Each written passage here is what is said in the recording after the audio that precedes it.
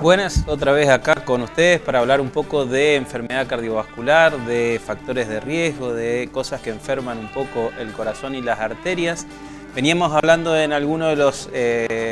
videos anteriores de los factores de riesgo, que son situaciones que cuando están presentes nos dicen que el paciente puede estar en riesgo de sufrir una enfermedad cardiovascular. Hablamos de algunas de las enfermedades cardiovasculares derivadas de estos factores de riesgo y hoy quería tocarles un poco de un tema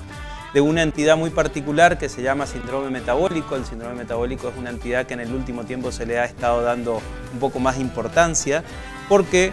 se vio que si bien no es una enfermedad en sí, es una situación que tienen algunos pacientes o que podemos detectar en algunos pacientes que nos dicen a nosotros ya en la consulta, ya en la vida habitual de ese paciente, de que puede estar en mayor riesgo que una persona sana de tener una enfermedad cardiovascular o de desarrollar alguna de estas enfermedades cardiovasculares o complicaciones que hemos visto hasta ahora.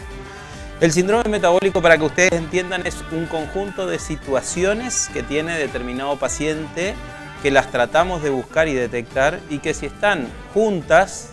2, 3 o más de alguna de ellas, nos dice a nosotros que ese paciente tiene una gran probabilidad o una mayor probabilidad que una persona sana de enfermar las arterias y de sufrir las complicaciones cardiovasculares.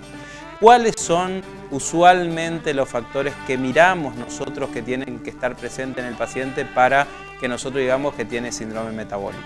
Lo primero y lo principal es que tienen que saber que todos estos factores que buscamos están siempre regidos por una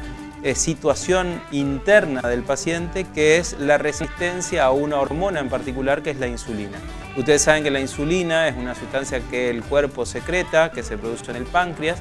y que hace que el azúcar que consumimos se transforme en otras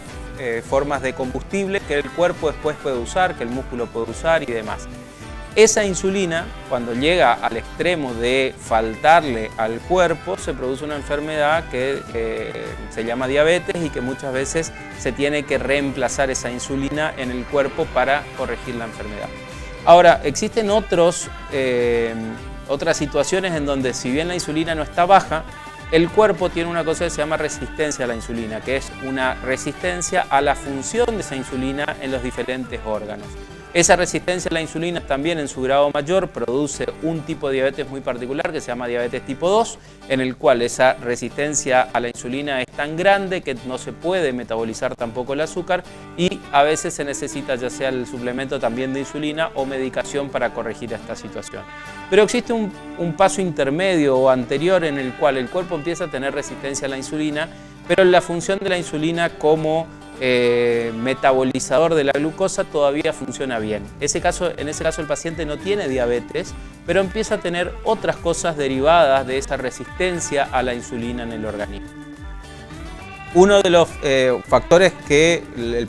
primero que podemos nombrar en base a esto que decíamos del metabolismo de la insulina es el azúcar elevado. Muchas veces el paciente tiene una elevación de azúcar entre lo normal y lo que consideramos diabetes. Es decir, no llega a ser tan alta como para considerar o para hacer el diagnóstico de diabetes, pero es un poco más alta de lo habitual. Eso algunas de las veces se llama intolerancia oral a la glucosa, y esa intolerancia que tiene el paciente, es decir, que cuando consume algún hidrato de carbono le sube el azúcar, pero no en valores de diabetes, es uno de los componentes del síndrome metabólico. Entonces, como ustedes pueden ver, el síndrome metabólico tiene algunos componentes que se evalúan por laboratorio y, como vamos a ver después, algunos componentes que se podemos evaluar en el consultorio directamente y que son clínicos. Entonces, decíamos, el primero, la intolerancia a la glucosa, el paciente que tiene azúcar un poquito alto, pero no en los valores de diabetes. El segundo es la hipertensión. La hipertensión muchas veces, si bien es una enfermedad, digamos, y no un factor solamente asociado, muchas veces también se relaciona con la insulina y con la resistencia del cuerpo a la insulina. Entonces,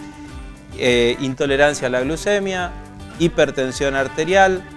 El tercero que podemos nombrar es una parte del colesterol de la sangre que se llama triglicéridos elevado. El triglicérido elevado, si bien el triglicérido lo habíamos tocado en otro de los videos que habíamos grabado, en el cual explicamos un poquito con las partes del colesterol y cuáles son los que tienen más influencia a nivel cardiovascular. Sin embargo, si bien el colesterol malo y el colesterol bueno son los que casi siempre miramos desde el punto de vista cardiovascular, el triglicérido se relaciona más a la resistencia a la insulina y es un factor que cuando está muy elevado, por arriba de ciertos niveles, que eso más o menos es bueno que lo vea el médico al que consulta, podemos decir que es un factor más de estos que determinan la existencia, la presencia del síndrome metabólico.